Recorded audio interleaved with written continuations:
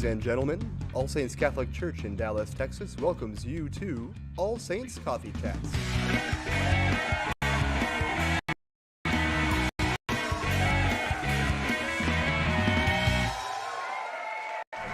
Three, right. 2, And 1. our camera is immediately dead. All right, hello. Hey, everybody. All right. All right. Does not like us. Sorry. Yay. There's Hi, Erica. we are here. Eric and I are here. We're not sure where the rest of everybody is. 40% of the show is on. We are here, episode 46, with Katie Allen. She is a... There she is. There she is. Hey. Postulant with the Sisters of the Holy Family of Nazareth. Yes. Did I get that one right? Yes. You Yes! did. Bonus points. Bonus points. Awesome. We all love bonus points. How do you get an A in a class? We learned that with last night. Wow. Of things teachers can do. But yeah, welcome back to episode 46. We are here. I know you didn't get to see all of us lovely people last week. And we were so grateful to our teens who took over the show, their spring break takeover. So we're so glad. But yeah, so Paul and Andrew and Katie and myself and Erica, we're just so excited. So we're going to be talking with Katie today. And of course, as always, say hello in the chat, the comment section there on Facebook. And then, of course, any questions you have for Katie or for us throughout the hour, go ahead and put them there in the comment section, and we'll try our best to get to all of them. I can't decide how delayed this is. It's kind of weird. Like what's actually happening as I look down. And then I see this little wave from Paul. So yeah, thanks for being here, Katie. It's my pleasure. Thank you for having me. We always like to start off, since being All Saints, we love to talk about the saints. Some of my favorite people. Oh, you know what we should do for this wall, Paul? I mean, I know it's a production wall. Quick little side note here. We should get that big old portrait of the saints that I sent you and hang it behind here for coffee chat. Are there a lot of different saints on the portrait? Oh my gosh, I'll have to show it to you. It's really incredible. Yeah, how many is it? Like 100? It's like 100 something saints 100 on this something picture. saints. That's It's awesome. incredible. Actually, speaking of Father Josh Johnson, he first had it hanging in his, he has this great little cafe on his campus property for his church. But anyway, we love to talk about the Speaking saints. of Father Josh Johnson, as if they were part of that company. Somebody was speaking. Well, we were talking about Father Josh Johnson earlier. Do you have a favorite saint, Katie? Oh, that's really hard. I know, that's a hard one. Or do you have a few favorite saints? I do. I think right now, one of my favorites is St. Elizabeth of the Trinity. I've been reading a book about her, The Present Paradise. I actually brought it with me because I was like, it's just so good. So if you gotta check it out. So if you have not seen this book, Present Paradise. it's new, but it's awesome. It's about St. Elizabeth of the Trinity. And then I think St. Therese of Lisieux. I like my foundress for my order, Blessed Mary of Jesus the Good Shepherd. Hopefully she will become a saint soon. We have our martyred sisters, which are really cool. So anybody. I like Padre Pio. Pretty much any saint you mentioned. That's kind of how I came into the church, was looking at a lot of the saint lives. So they're all wonderful in their own way. I'm grateful that the Lord calls us all in our own unique ways. Absolutely. I was with some kids last week in Colorado, and they had this little book on Padre Pio, and so I was reading it with the 3-year-old and the 5-year-old, and they were like, well, what did he do? And so there was the page on bilocation. Oh. And so they were like, of course, the 5-year-old's trying to read. And I'm like, it means he could be at 2 places at one time. They're like, what? So they were just totally in awe of his abilities. And we didn't go much further than him being in 2 places at one time, because that was a lot for a 3-year-old and 5-year-old. Of course. Right. It's a lot for a 31-year-old. Right. I'm like, hold on, guys. Hang on there. But yeah, so talking about Padre Pio. Absolutely. It's He's great. awesome. What about you guys? Any new saints that have been around or showing up in your life, or just ones that continue to? Actually, recently started a novena this morning, actually, to Saint Peregrine for different people. Seem to have come across a few people who have loved ones that are struggling with cancer, or finding out recently that they have cancer, or fear that they may have cancer. And so just trying to pray for those people. So I started a novena for the intercession of St. Peregrine, who's the patron saint of people who are struggling with cancer. Well, in Arizona, there's a St. Peregrine shrine. Yep. That you can send in people's names, and they can like make a prayer shawl and touch it to a first-class relic and send it off to the person and all sorts of things. So What? yeah, it's really That's neat. really cool. I used to go there during spring break and summers to work, like ministry-wise, to help the people before I entered the convent. So Yeah, that was one of the things that actually popped up as like an ad oh in really? the novena page that I was on, and I was like, "What is this?" And I was like, "Oh wow, that's It is really cool." awesome. Like, okay, there we go. So Yeah. yeah. How about you? That's cool. I've still been thinking about Saint Benedict. I know I mentioned him a couple weeks ago, but it wasn't last week, so it's I'm not keeping exactly a cheating. tally. True, it wasn't. Got 36 Cheating. episodes It's so okay, far. I'm It's gonna kind of hard to cheat in not. just a But no, something I've been thinking about. My Saint Benedict medal that I picked up the other day while I was picking up some crucifixes for the classrooms, and yeah, just a great saint and somebody to think about, especially as we're still a year into quarantine. Somebody who, for most of us who are not called to any kind of the monastic life, is somebody who, at this moment, might be a good person to learn from. So. Absolutely. And in Mexico, they actually wear his medal on their body, and if they lose it, to them it's a sign, at least in Saltillo, where I was, it's a sign that God has protected you from something, from some sort of evil. Really? And if you go back Ooh. to the jewelry store, they'll give you another medal for free. Really? Because that's how much they believe in the power. Wow. I mean, and different people think about those things different ways and how they really want to believe in that. But Yeah. in that tradition, in that culture, it's very important. That's pretty well. I actually Yeah. just lost my Saint Benedict wristband, so Wow. Maybe you were being protected. Who I knows? guess Now so. you know what. Thanks. Hmm. I guess. Yeah. Interesting. Wow, That's Andrew. cool. That's really interesting. Dang. What about you? Oh, so much less interesting. I think Saint Teresa of Lisieux is someone I've been looking up recently because I have a friend who's getting married later this year, and her favorite saint is Saint Teresa of Lisieux. And so I don't know if she's watching, so I'm not gonna talk about exactly what I'm trying to do for her as a wedding gift. But trying to learn different parts of her story, and she's one of those saints that I know, but I don't know very well. So it's been interesting to learn a lot about her story. All the saints are very peaceful, but she is one of those that I'm just like, I would just like to sit and have tea with you. I'm not a tea person, but I would have tea if I could sit down with Saint For you, Teresa I of would. Lisieux and just have really peaceful, calming conversation. I feel like it would be nice. Have tea. Just a very specific drink. Yeah. Not I want to have coffee with you. Not I want to have Yeah. a drink with you. I don't have I wanna coffee have vibe tea. with her. Yeah. Well, you She's may not probably know. I was joking with Chelsea earlier before I came. I said, I know this is coffee chat, but I don't drink coffee, so I guess that's okay. Maybe I could get some tea in there somewhere. Yeah. Maybe that's where it came from. It was like that. I was like, we have tea. No, We it's- can make that happen. If she had started a talk show thing like this, it would have been Tea with Therese. Tea with Therese. That's a good line. So there you go. Anyway, sorry. On to something. On to something. Well, I'm just going to be a cheater because I get called a cheater when I tried to just claim them all. You don't get to use Mary on the Feast of the Annunciation. I always get to use Mary. That is that's the image. Yeah. Always get to use Mary. This time. We all know what you're going for here. Because if you didn't know, it's the solemnity of the Feast of the Annunciation. Right? Did I say that right? Yeah. Something I believe so, Solemnity yes. the One of those. Of the Yeah. Annunciation? Was that just redundant to say the feast? A little bit. I But think that's so. okay. Okay, I like to be redundant. It's all good. It's like a go big or go home. Very peaceful.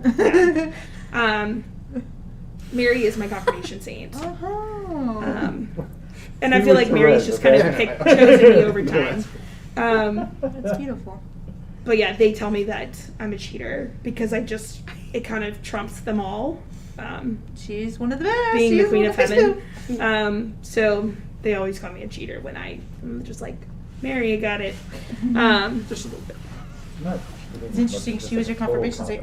Mine was Saint Faustina. So when I saw this coming in, I was like, oh yeah, love it, love it. Jesus, I trust in you. Good one. I've held one of her relics. Oh, really? Yeah. St. Israelics. In my order, Long time. the congregation, when you change your name, one of the things you add a Mary onto it. Ooh. So Mary is always a part of your name. So that's really awesome. That's cool. So yeah, she does. She trumps everybody. She does. See, there you go. It's the reality. Yeah. I guess with the Holy Family and then like the female part of the Holy Family, Yeah, it just kind of makes sense, right? it makes perfect sense. Because it would just be, there was somebody recently, like, every kid in their family had the middle name Joseph. And I was like, well, there are worse names you could choose out there. That's my middle name. Oh, nice. Not so bad. Not so bad. He's got, like, the most Catholic name. And you weren't Catholic your whole No, life, so no. there You were Nope. Catholic. the Lord knew. He knew. I mean, he duped my parents, and they let themselves Be be duped. And they became Catholic. So for all of you out there joining us, let's see our numbers going up and down. Please say hello in the comment section. We are joined today by Katie Allen, who is a postulant with the Congregation of the Sisters of Holy Family of Nazareth. And we are so grateful that she's willing to be with us, and her community was willing to let her come join us for the day, or for a little bit of time this morning. I know throughout their busy schedules. So I guess as we talk about busy schedules, what do your days look like right now? So right now, as a postulant, we are learning kind of the duties of the convent.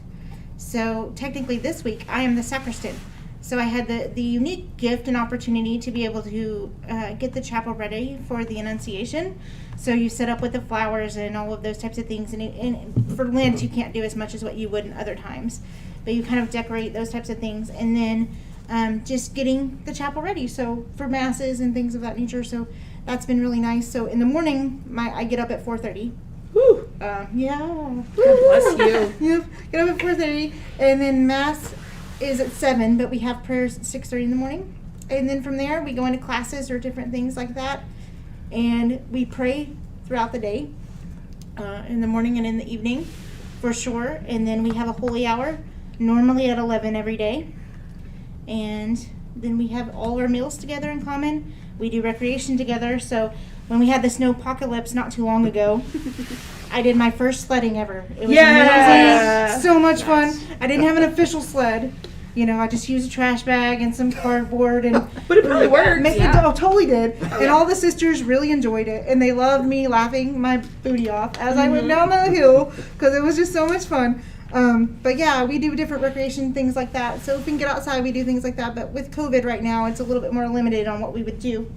But that's kind of our day-to-day Yeah. bit. Prayer, helping out around the house, the ministry of the present moment, which is what I've been really learning a lot. Because I think sometimes, and even St. Therese, we talked a lot about her already, but you know, she always wanted to go out into the missions and never did. But she made such a huge difference. And the sacrament of the present moment, the being there, there's a ministry in that. And so, like, how can I do that with my sisters? I may not be able to go out and teach right now. I may not be able to go out and be in a parish all the time, but how can I be present to those before me? And I think that's what all of us are called to do in different ways, especially now in this COVID time. And so each day it's like, if that sister needs me to, you know, help her put on her veil, or bring her drinks, or, you know, just need somebody to talk to, or somebody to pray with, or whatever, like, that's how I make myself available. So the days look very different just depending upon what the needs are of the people who are around me. Which is Very nice. good. Very good. Yeah. So you're currently a postulant. I am. Tell us more about the phases of, I guess, growth and The stages of formation? yes. Yeah, Great. Thank you. absolutely. Totally. So basically, especially within our order, it's really awesome because some orders, when you start, you immediately just jump into postulancy. So it's where you completely change your clothes, you automatically start living with the sisters, you automatically take on the sister schedule. In my order, we have something called affiliacy. So it's basically like where anybody who's interested in religious life, even if they may not know much about the Sisters of the Holy Family of Nazareth yet, they're able to come and live in a house in Richardson, actually nearby the church here, and they're able to see what would it be like to live with some sisters. And while they're doing that, they go out and do their own ministry. So if they were teaching or working in a hospital or doing whatever parish, whatever they do, they go out and do that during the day, but then they have the opportunity to see what it's like to be around a sister. What does that look like? How does it work? So that's for at least a year or two. And at that point, they are kind of just deciding, is this for me? Is this just kind of a whim? Because I don't know about y'all, but that's one of the things we may talk about at some point, but being a convert, I just grew up thinking, I'm going to get married. I had no other options like you think about religious life. But now there are people who really, when they sit down, you know, if they're 18, 19 years old, they're like, I have the option to get married or I have the option to possibly do religious life. And they want to just see what is it, like how it is. So being able to be in that kind of environment where you're at a normal house with a couple of sisters and you go do your work, but then you come home and you see kind of what that's like, is really helpful. So that's for a year or two. And then you go to my stage if you feel like it's more your speed. You know, you're like, oh, I like this, and I like these sisters. So then at my stage, you go to a different convent, and that's where you stay on the property. You no longer work, and you basically just learn about the Sisters of the Holy Family of Nazareth. What do they do? How do they show Christ's love and minister to the world? Because religious life is a lot like dating. You know, the first guy or girl you might date may not be the one for you. It might be. My parents started dating when they were 15, and they've been married for over 30 years. But that doesn't always work that way. So that's the same thing in religious life. You may go to the same group, the first group, and be like, yes, this was the one. You're in it forever. Or you may go and go, these people are nice. I learned some things, but I think I'm going to go with, you know, these people over here, for whatever it may be. So that just kind of gives you the opportunity. And postulancy gives you more time to think about that. And you also do catechism classes, various things to kind of build up your theology and your understanding of what it means to minister as a possible sister later on down the road. Then novitiate is the next step. So that's where I'm possibly going to be next. And the idea is that basically at this point you definitely know religious life is for you. You definitely feel called to these particular sisters, the Sisters of the Holy Family of Nazareth, and then you just jump into it. Like it's a deepening of a lot of vita consecrata, theology of the body, a lot of different like deepening of studies to really make sure that when you go out into the community after you've been formed and you've taken vows, that you have this rich foundation of which to share with the world, because you can't give what you don't have.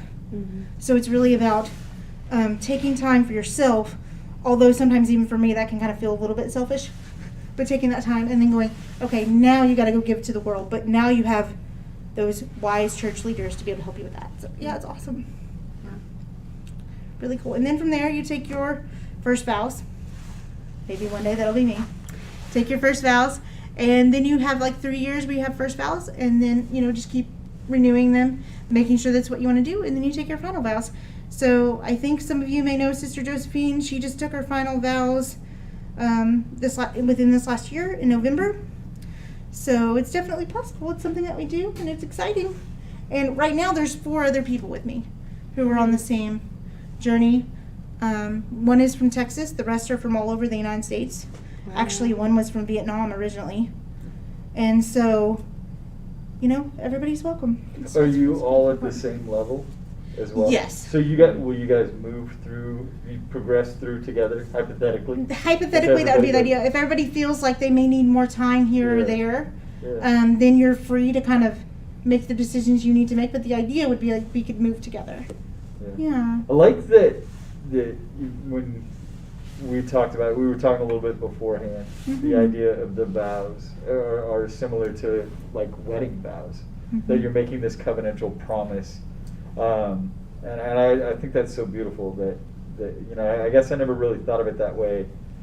Even knowing like Sister Mary Paul as close as we know Sister Mary Paul and everything, that when you say vows, that it's like I'm promising that this is my life. I'm like a marriage to Christ. Absolutely, absolutely. I think that's so beautiful.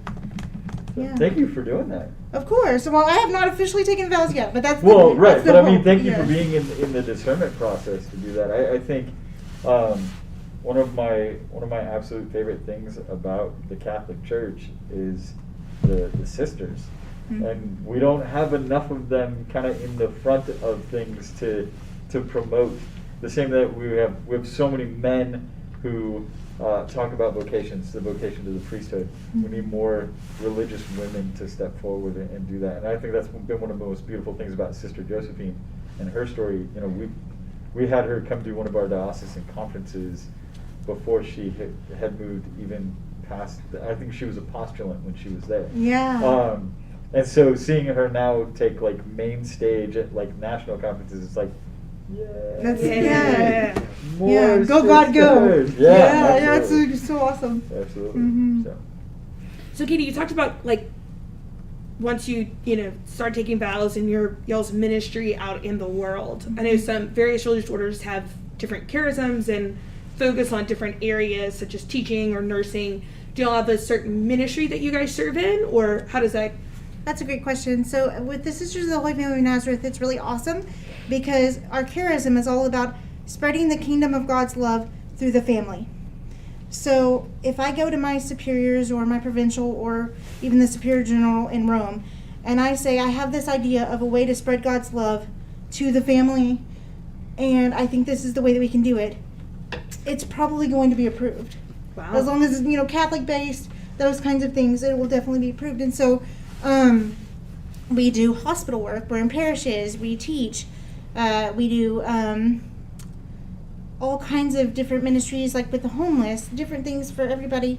Any way that we can show people love and help the family grow, which is what's really, really neat. So that's awesome. Yeah, I like the fact that I don't have to be pegged into one thing. Yeah. Like as my life continues to go on, there's this opportunity to really pray through each thing and go, oh yeah, I think he might be calling me here or there or there, and have different options, which is really That's nice. great. Yeah, I know we keep talking about Sister Josephine, but I know she's a counselor Yeah. at a school. Mm-hmm. So it's beautiful to see that y'all can, like you said, as the Lord calls you elsewhere, where can you serve and where's there a need for you to serve in that area? Well, and it's really interesting because you start going out through formation and learning more about yourself and learning more about how Christ calls people in the world and more about Catholicism. You start realizing strengths you didn't know you had. Yeah. Like, so I came into this with the background of a teacher. I have the credentials for that. That's what I went to school for, all of those things. But I've found out so many different strengths that I didn't know I had being in the convent, which has been really, really neat. And so to see, and there's something about community where people call that out in you. They're like, no, I see that you could really work well with vocations. Or I see that, you really like music. So maybe you might do something really well in music ministry or whatever those types of things are. They kind of give you that lens to breathe and to grow. And it's really, really beautiful. Yeah. No, that's great. That's great. So when you look at, I guess looking in your past and how I'm sure you probably look back often and go, what a crazy ride it's been. Absolutely. Because it really hasn't been that many years since you became Catholic. No, it's been 2009, so yeah. So Katie's kind of like on a fast track here. Yeah, it's crazy. Like she's fast 10 tracking years. to heaven. Yeah, but that's the hope. So tell us about that. How did you kind of discover the Catholic Church and your journey to conversion? Because if I remember correctly, you grew up in a Christian home. I did. But then you, I guess, discovered the Catholic Church, and how has your journey been through that? Absolutely. So do y'all know that music, the worship song, Waymaker? Yes. Mm-hmm. I think it's like Waymaker, Miracle Worker, Promise Keeper, all those different things. Yes, and so, I can hear the song in my head. Yeah. To sing From every the word. beginning, because I kind of have to go back to the beginning of everything to get it going. So from the beginning, I was born 3 months premature. And so because of that, they didn't know that I was going to live. And so really at the beginning of my life, God was a miracle worker. There was a lot of things that just wouldn't have worked out any other way but besides his hand. And so being able to know that and having so many people in my town pray for me and really want me to live and work so hard to make that happen, in conjunction with God's will, of course, that just seeing that, his hand on that, people would always tell me that, like, I think there's something special to your life, or I think you really have a purpose because you weren't supposed to be here and yet you are, and we all have been thinking about you and praying for you. And so I really saw from a young age, even from other people and my own self, how God was a miracle worker in my life. And then there was that darkness in my life. So the first part of my life, through kind of a baby to middle school area, I just was kind of in some dark times. My family was Christian, is Christian. but we didn't go to church all the time. My mom's a non-practicing Catholic, and she had been hurt by the church, and so she had kind of walked away from the church, and so we would go for Christmas and Easter and other times too, and try to do something close. So Episcopal a lot of times was where we would go, and that's what my dad had grown up in. But it just wasn't, I wouldn't say that I was alive in my faith or took it seriously or read the Bible or did any of those types of things. I just didn't know. So there was just darkness. And then when I was in middle school, I went into choir class and I met this girl, and she just was like full of joy. You know those people that like, you think they probably had like 7 cups of coffee, but really that's just their personality because that's who they are. And so her name was Chanel, and she just had this great joy about her. And I was like, who is this person? And why does she have this kind of joy? And the choir teacher was like, oh, like I know her. I go to church with her. She was like, she's a Christian. That's why she has that kind of joy. Like she loves the Lord. And so she was Baptist, and so we started going to the Baptist church together. And that's where like my understanding of scripture and all those things started to be. But as we started going together, then she felt like called to be Catholic. So we started learning on the side Catholicism, the two of us. So like at the age of 12, I'm sitting in the bathroom because it's the only room that locks in my house, and I'm reading the scripture. That's so good. And I'm reading Catholics for Dummies. And occasionally I'm pulling out the catechism, like trying to learn for myself, like what is this stuff? Why is somebody attracted to it? And the crazy part is I lived my entire life across the street from Catholic church. So I'd hear the bells going off. I'd see the candles. I'd see the rituals. And there was something about that always drew my heart there. I was like, what is it about this place? What is going on? And then when I was in high school, they opened up a perpetual adoration chapel right across the street from my house. So 24 hours a day, you could go in. It was based off of St. Francis of Assisi's Portiuncula. So you could go in. It looks exactly like it, imported from Italy. And you could go in there and spend time with Jesus. And that just changed my life. I mean, I went in there. For the longest time, I was like, I know what Catholics believe, and Jesus is present there. And if Jesus is present there, then I'm not worthy enough to be in there. And so I would sit outside, and I'd be like, maybe one day I'll go inside. Maybe one day. And then finally I went inside, and I was like, where do I sign up? Like, it was just, I knew, like, how does one become Catholic? Because I knew at that moment, like, it was true. Everything that I had read from the time I was 12 and tried to figure out on my own, all those things, it was like my head clicked with my heart. And I knew that this was the place for me. But I had to wait until I was 19 just to give my parents some time to get used to the idea and really make sure that I was ready for it and everything. So, yeah, I came into the church at 19. It was beautiful. Wow. A whirlwind. It's been like 10, 11 years now. Came in at the Easter Vigil, so Easter's always very special to me. I look forward to the Easter Vigil this year, even though it's going to be so different. I still look forward to it. So, yeah. That's awesome. Great. Really So great. then, I guess, where along the way did the Sisters of the Holy Family, or I guess when did the thought of religious life kind of, Absolutely. I even grew up Catholic, and for many years we lived across the street from a convent, and I was like, absolutely not. We like waved at the sisters, we trick-or-treated at the convent, but like, You stay on your side. you stay on your side, I'm gonna stay on my side of the street, and there was a, neutral ground between us, and I'm like, nope, you stay there. Yeah. So where did that kind of come into your life? And Yeah, that's Have those crazy. thoughts. Because I just, like I said, growing up, I never would have thought, I may have said this before we got on or whatever, but I never would have thought getting married. Like, that was my whole Yeah. goal. Like, I was going to get married. I'm going to get married, have children. It's beautiful. My family did. Everybody in my family did. They have beautiful wives and beautiful families. I was like, that's for me. And I started doing ministry in the Catholic Church. I was doing RCIA. I wanted to give back to the church that had done so much for me. So I started doing RCIA. I started working with Life Teen, which I think that's what y'all call it here still as well. Started doing Life Teen. I started working with Edge, which is what they called their middle school program. group. Doing all those things. And I was on a sponsorship. We were taking the kids down to Atchison, Kansas. I think that's where Benedictine Yes. College is. We were taking them down there because it was supposed to be a Life Teen leadership conference for the kids who were going to lead the Life Teen program that next following year. So we took like 4 kids down there to that situation, and we had adoration. And when they brought Jesus out, I said the words, my spouse. And it freaked me out. Like, I literally was like, I have never used those words in my life, and I like ran out of the room. Like, and these were kids that I had taught because I was teaching at the time, so they were in high school, and I taught them not only in the Catholic circles, like in CCD, but I taught them in high school, like English, and so in Spanish. And so there they were, and they were like, Miss Allen, Katie, what did you just say? I'm like, nothing. And I'm like, running around, like, I don't want to talk about it, like, please, because I was just freaking out. Like, what does this mean? Like, my whole life just changed. Like, because it was like, oh my. And so it was a little bit overwhelming at first, but I went back to teaching because, we were only there for a conference that day, and I went back, and those kids for the whole year, they would come up to me at different times in the hallway, after class, different things like that. You remember what you said that day?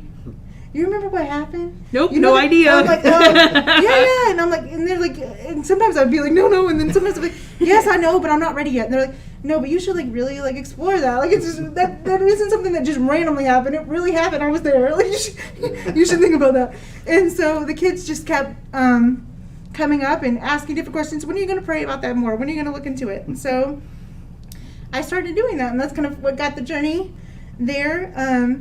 With the Sisters of the Holy Family of Nazareth in particular, I had looked at different orders, Franciscan orders, various ones, and I'd even gone and lived with some different orders to see if that may be the place for me, and nowhere was really working. Like, it just didn't feel right. And a lot of times you'll hear people say that they make their own private vows before you make public vows to the church. And you can do that with your spiritual director and all those types of things. So, I'd kind of been in this covenant with the Lord, like, Lord, I think this is where you're calling me. I'm not going to date. I'm not going to do those types of things. I'm going to be serious about this. Keep that covenant with you. And so as I was doing that, I was like, okay, Lord, like I feel like you're calling me into this. We've made this covenant with one another, privately, not in the church, but privately.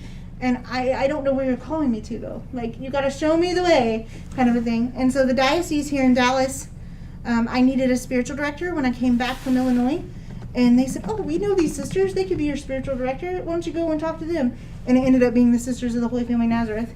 So wow. I didn't know they existed. Yeah. I didn't ask for them. And that kind of happens. You hear people when they get married or whatever, like, it was a blind date. Or somebody said, hey, come with me to this. And they met that person there. Like, you weren't looking for it, but then it just happened. Yeah. And I think I was looking for where do I put my heart in religious life, but not knowing where to look for it as the place.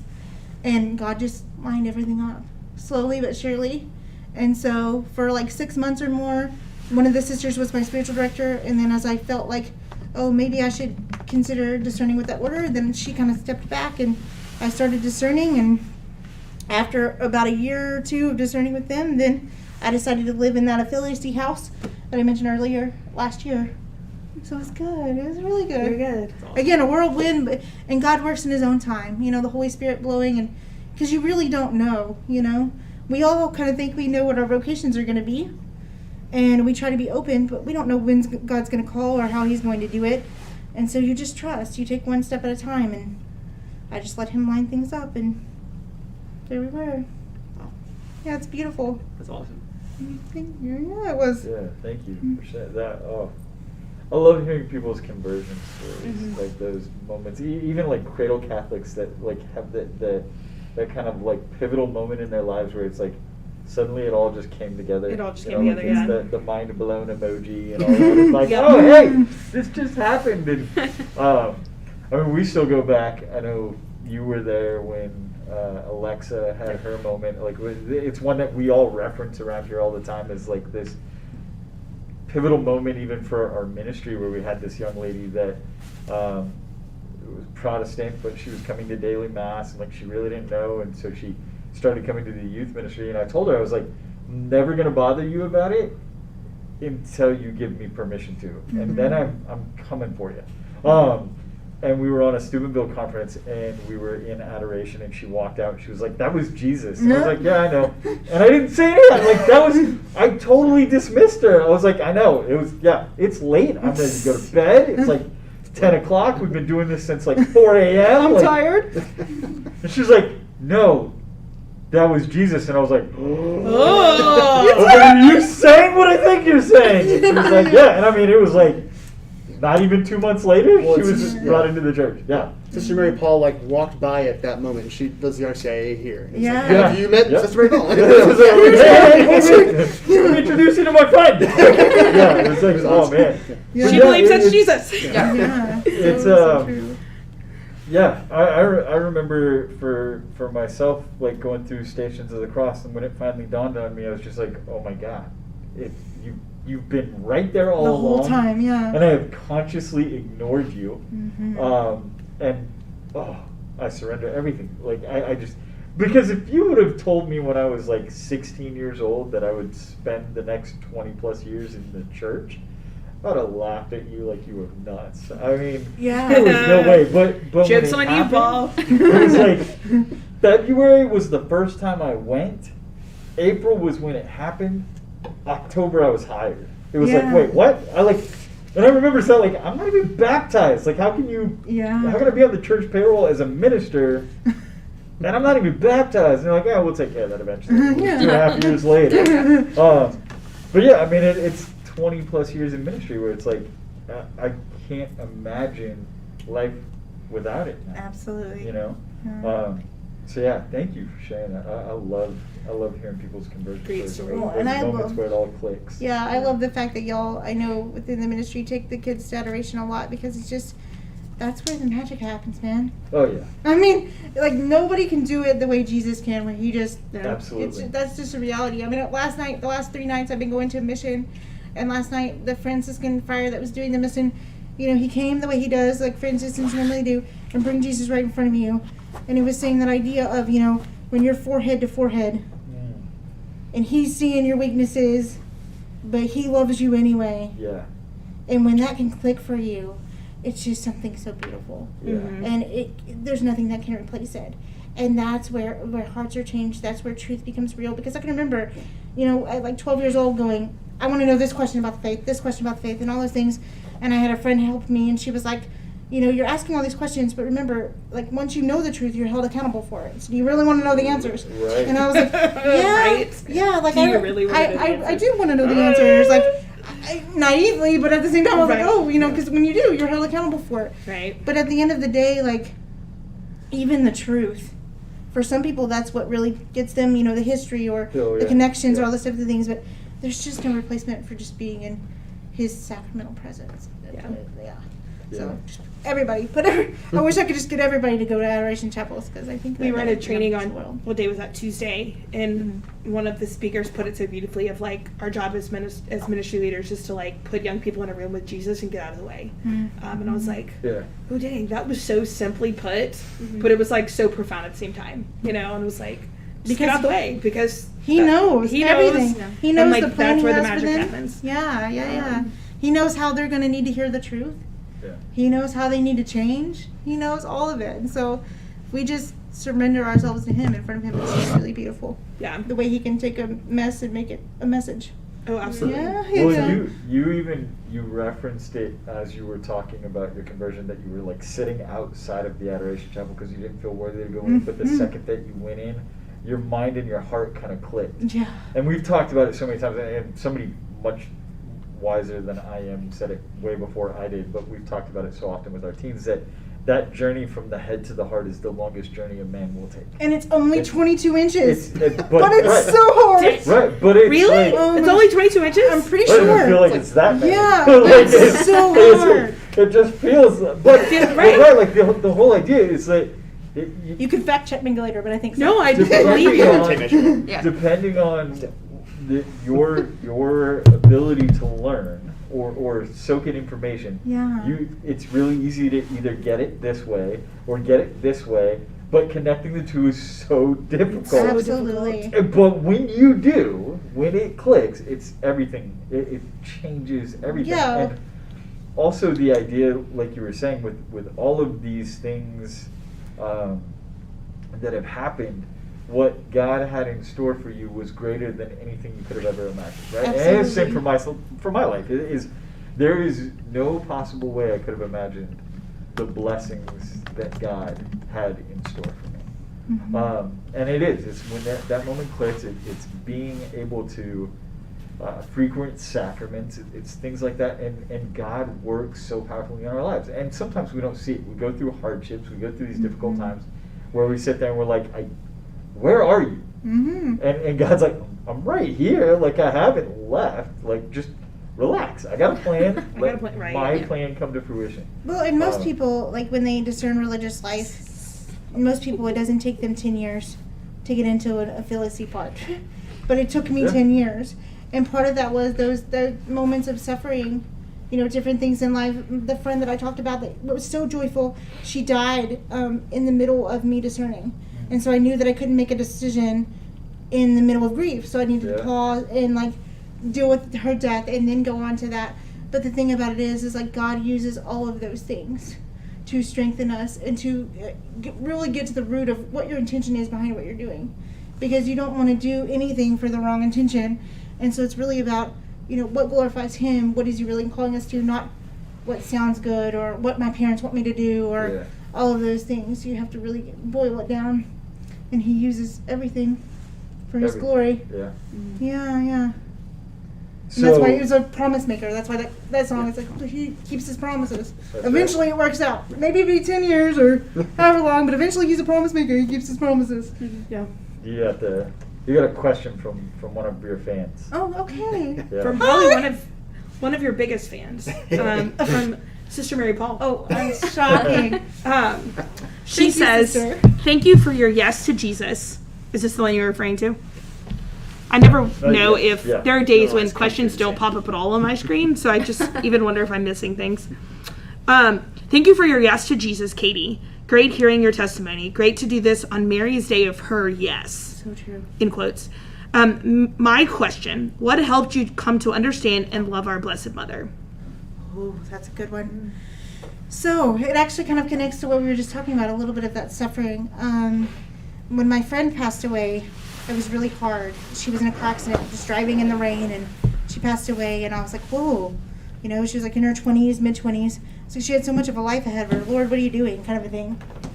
And after she passed away, she had become Catholic by then, but it was shown that maybe her life wasn't exactly where she would have wanted it to be right before passing away. And so there was this like big conversation about where might her soul be and all those kinds of things, because even though we can be Catholic, sometimes we may not always be frequenting the sacraments or doing exactly the way that we should be doing things. And so everybody has to, you know, kind of work through that.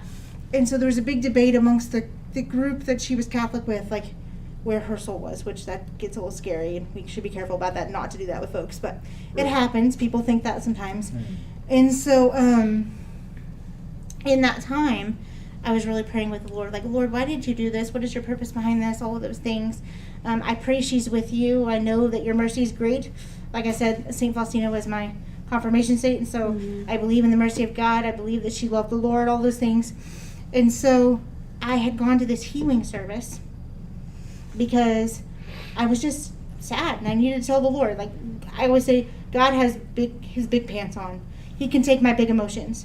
So if I'm angry that she has passed away, or I'm sad that she's passed away, or I'm worried about her, or whatever it may be, I just have to tell him.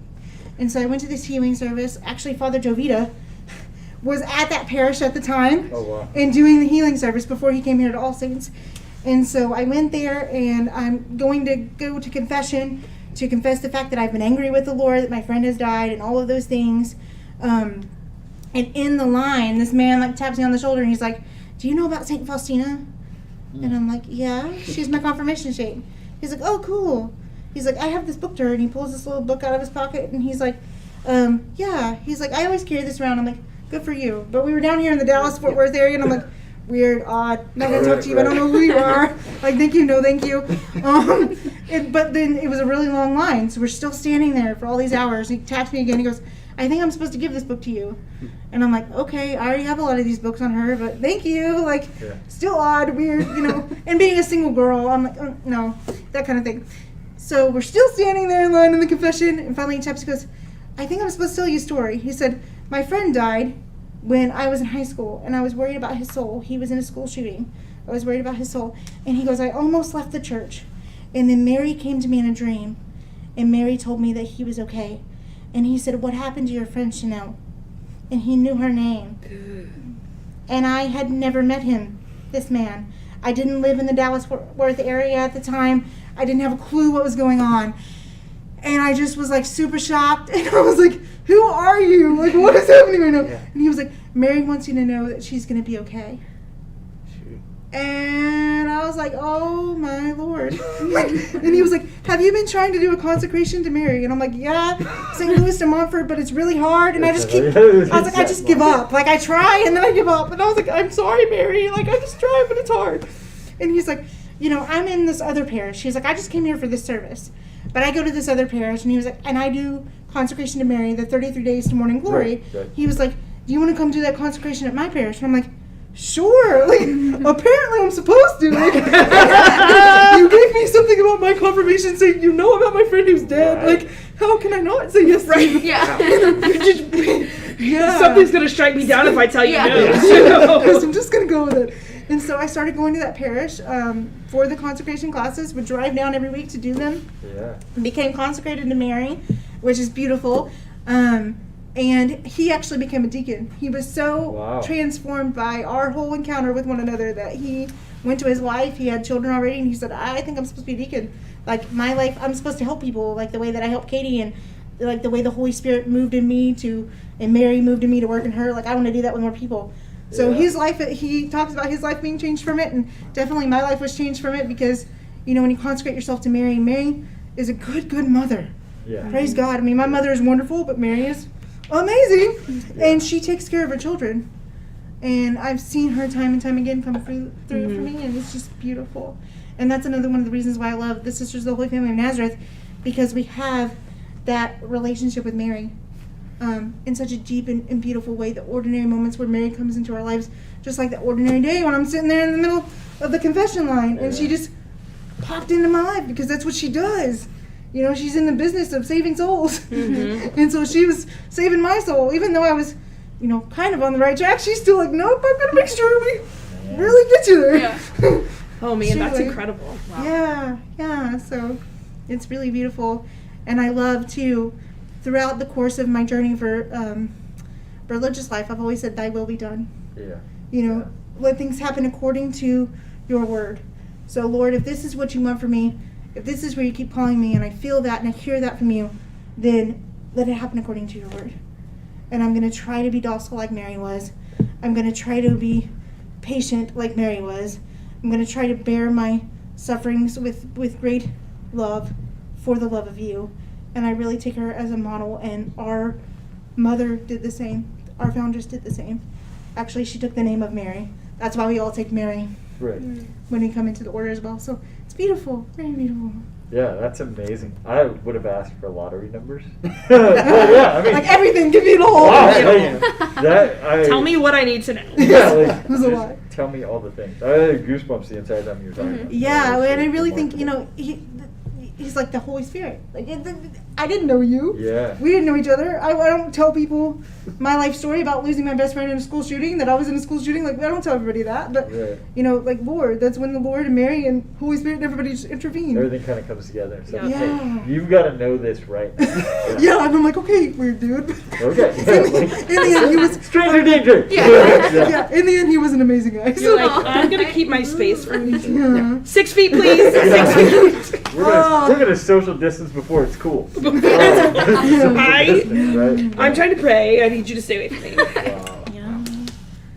That's you know what? I think it's so important for people to be open to those healing services too. Mhm. We had a priest in Houston who had been diagnosed with like stage 4 brain cancer, and moved to our parish because we were in the medical center, and they gave him like 3 months to live, and he was completely healed. Like miraculously, everything was completely healed, and they the doctors had no idea what was going on, and so he started doing weekly healing masses every Thursday, and we had hundreds of people who were cured of things. Not everyone, right? Like not everyone is cured of things, because again, God is the one who's in control, right? It's not like Father had these magical powers to heal people. It was God's will in their lives. Absolutely. Well, and some healing is not physical. Some, like mine, was a spiritual healing, Yes. an emotional healing. Emotional, yeah. And so, yeah, those Yeah, kinds of sometimes things. it's And we don't know it being always. prepared for what is to come in the next part of our lives. It's for our family members to have healing through the suffering that we may be going through, whatever it is. And I think that's so powerful. And I think more people need to experience that in the Absolutely. church. I love that they had the opportunity at the school a couple of years ago to do the anointing of the sick Yeah. with one of the teachers. Yeah, Miss Hawkins. Yeah, for Miss Hawkins. And that the students were able to witness that and be there as part of it, and to recognize like what the symbols were and why the priest has to be the one who does it and all of those things, because normally you would never.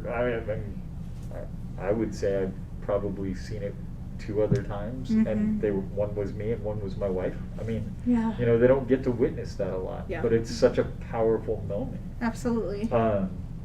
So yeah, thank you for sharing that too. Of course. So we're kind of coming up on time here, but I have a question of if there's somebody out there listening and they're kind of on this discernment path, what advice would you give to them when it comes to, I guess, even just general discernment? Like, what would you recommend? Absolutely. I think it depends on how old you are. And what your station in life is. But I think primarily is to pray. I would say just go before the Lord in prayer, which sounds so basic, but really part of my charism too is about the ordinary, everyday things that the Lord uses. That's an ordinary, everyday thing that the Lord gives us to use to be close to Him. So pray. Go to an adoration chapel. Try to get there every week for sure, but I would say even every day, especially if you're praying through discerning a religious vocation, even if it's 5-10 minutes. I mean, the Lord can do miraculous things in the little bit amount of time that we give Him, so it doesn't have to be like a full-on hour. I would say too, like, look up religious orders. Look up at the ones around you. Who are some people that you already know? Because sometimes the Lord places those people in your life for a reason, and so start there first. But just kind of do those things as far as discernment goes, and be faithful in the small things. Because if you can be faithful in the small things, then when He ever calls something big to you, you'll be ready to receive it and to be able to live it out. And so you can't hear His voice if you're not praying. You can't hear His voice if you're not visiting the sacraments. You can't hear His voice if you're not going before Him face to face in adoration. It's just really hard. He may bust through, but those are the ordinary key ways that He gives us as Catholics every day to do that. So then once you're able to recognize His voice and how the Holy Spirit moves, then start like kind of working in that, looking at different religious orders and just trusting, taking it one step at a time. It's not about having your whole life figured out. I still don't have my whole life figured out, but I know this is what God's calling me to. I know with each step that I take, He's still with me, and I know that He will see it through. He is the promise keeper. He makes the way. He sees it through, and all I have to do is be faithful to it. Keep my eyes fixed on Him. So, in short, keep your eyes fixed on Him. Put yourself in a position to be able to hear His voice, and then take one step at a time. Awesome. Thank you. You're Thank you. welcome. All right, guys. I think it's that time. Hey, Mom. Is it time to say hi to your mom? Yes, everybody say hi to Hi, your mom. Mom. I miss you. Hey! We joke sometimes that Paul and I's moms are our two only fans. two We had a people few more watch. than 2 fans this Yeah. week. Catherine's finally here. Catherine She used to be top fan, but she showed up in the 55th minute. She's She got slacking there, demoted, Catherine. apparently. All right. She's just an average fan again. Sorry, Catherine. We don't make the rules. Take it up with Mark Zuckerberg. It's his fault, not mine. All right. So, what order are we going in? Andrew, are we ready for this? Well, So, Okay, yep. here we go. we always kind of start with the guest. So we'll go Katie and around. Does that work? Okay. Yeah. Yeah. All right. Hit We're reroute. gonna do this one in 10 seconds. Now it's Oh doing it. my. Hit reroute on my equipment. Hold on. Maybe. Yes. Hold on. Yeah. All right. Yay. There it is. It's 'cause So I we didn't- have a timer. I had to point at Okay. it. Yes, it was the. I Okay. won't Yeah. point at it. It's like 10 Yeah, nothing else It's like for happened. fun. I'd be interested if we could do it in 10 seconds. Okay. Right? Nope. Yep. Yes? Yep. Okay. Go. Coffee or No. tea? No? Tea. Good. Ooh. Keeps changing the buttons on me during the thing. Yay! Yay! There's that one. That one. Goes Okay. together. Yeah, that's it. Got it. Yep. So, Tea. tea. Coffee. He says tea. Coffee. Okay, donuts or ice cream? Ice cream. Ice cream. Ice cream. Ice No, wait. Yeah. Too late. You can Nobody never said eat cronut. You can never eat donuts Ice again. cream. If you've never had a cronut, you need that in your life. I have not. Donut. Scary movie or comedy? Comedy. Comedy. Comedy. Comedy. Comedy. Yeah. No knees or no elbows. No. No knees or I no have none of those No already. elbows. I'm gonna go with no elbows. I already have no Pretty good with that one. So far. No knees or no elbows. No elbows. Yeah. I I'm don't gonna go with know. no knees, but either way, just not a fun time. Yeah, it'd be difficult. No elbows. Trying them out. Test driving this scenario. No knees. How would you drive? I've never have to climb stairs again. Oh. We never. Ooh. Yeah.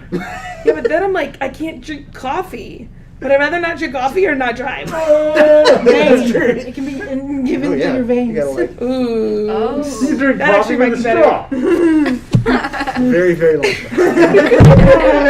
One of those ones with the curly on the end. Yes, I don't you have to know. drink out of a swirly straw if you have no elbows. Okay, live in a cave or a treehouse? Treehouse. Treehouse. Yeah. Yeah. That cave. And you like being Okay. cold, so you'd be okay with a cave. I'm good in the cave. You'll find Batman there. I'll go back cave. Treehouse. Treehouse. No. Be really tall or really short? Ooh, I'm already short, so I guess I'll just stick with what I am. Sorry, I'm dying it. Yeah. That's Your husband's comment. What is he doing now? He liked Andrew's haircut and commented, "The guests are the only people who play by the rules during lightning round." And actually answer quickly. So, it's true. No, that's for sure. Oh man. Sorry, what's the question? Small, short, and Short, tall. speaking of, I want to go with really tall because Tall. that'd just be kind of cool. Short. See, Jonathan, I did it. Really tall. There you go. Okay, ability to fly or read minds? Ooh, I read minds. Fly. Read minds. Read minds. Fly. I Yeah. don't want to read minds. I don't want to know. There you I go. just don't want to know. Fishing or hiking? Hiking. I just went not too long ago. It was so much fun with the postulants. Oh, so See, we awesome. do fun things. I promise. What's it hiking? I'm gonna go fishing this week. Hiking. Fishing. I love to fish. Nice. Read a book or watch a movie? Book. Same movie. Says the former literature teacher. Yeah. Sure, I yeah, guess you're that's very still- true. Yeah. Movie. Still part of me. Yeah. Movie. I think movie. Movie. Good movie. Be a great cook or have a personal chef? I'd love to be a great cook, but I think that'd be a miracle worker situation again. More It's just likely. really bad. You can do all things. You can. There you go. I'm gonna go with have personal chef. I'll go great cook. Then I'm my own personal chef. Ah. Hey. Yeah. Yeah, I think I'm gonna do great cook. I think I'm gonna go with great cook. I don't want other people cooking my meals. I mean, I don't mind, but I'd rather just do it myself. Yeah. Okay, live in a tree house or on a boat? So those of you that pick tree. Inside a cave? Like, is the boat in a cave? No, Am you're I actually living inside of a disqualified. boat? Inside of a cave? You're just Just get that one. just gonna cut you out of the frame. Okay, let's do go to the Gotta go. aquarium or go to the beach? It's hard with beach. Beach. Beach. I mean, I'm going fishing, so aquarium. Oh, beach. Questions are separate from each other. Oh, sorry. I think I'm gonna go to the aquarium. So it's not a beach inside of a cave. No. Okay. On a boat. Go to the beach. Well, I Sleep did with your mine. socks on. Wait, sleep with your socks and shoes on or all the lights on? How bizarre. I guess socks and shoes. Yeah, I'm gonna do the lights. Lights. Lights. can't sleep with my socks. I don't know. Lights Sleeping on? with socks Yeah. on. No, I think I go with socks and shoes on. Ugh. Because I like want a dark room. Yeah. Yeah. Only be able to sing or play an instrument.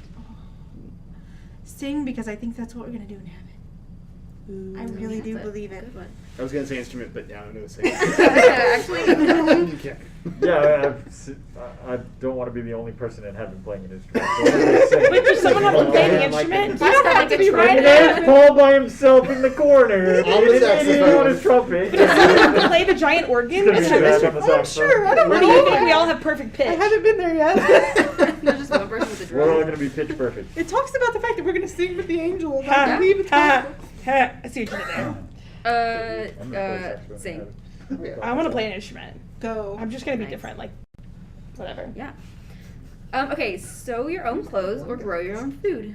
Did you say grow your own clothes? Grow your own clothes or She sew said your it. own food. She said it right. You just heard it wrong. Good Sophie. That goes in the line with the nail bows. No, you said it right. No, I no, think I no. said it. You did. You Gonna did. Grow sew my clothes. own food. Sorry. I think I would grow my own food. I actually grew Then you tomatoes go one coffee. time on a back patio. It's possible. All things are possible. Mm, That gives me a lot of hope for myself. I don't know. Grow my own food as well, but just be. I mean, if I had to, I'm growing food because I'm my own personal chef. Yeah, that makes sense. I think I grow food. I don't know that I would be successful at either, Eating my but I food. think I would be more successful at growing my own food. Sewing my own clothes would just, I should leave that to people that do that. We have sisters that do that as well. Just call us anytime you need something. Noted. Is that the last question? Oh, we're done! That What? was what I was Yeah, looking at. come on! you That was got the it. fastest time Katie's ever done it! Yay! Ah, you at least made it into the top 50. Oh, there you go. Here, you How wanna many see it? shows have we done? Oh my gosh. 45. 45? 46. This is 46. See, top 50. There you go. Man. That's Well, hilarious. thank you everybody for joining us today for Coffee Chats, and please keep Katie in your prayers, and she's going to be praying for all of you. I Yeah, promise rest that. assured that we are all she praying for usually you. does. And thank you, Katie is Katie, for not joining coffee us. addict. Of course. Thank you for having me. Change all things in there. Bye, guys. See you next week.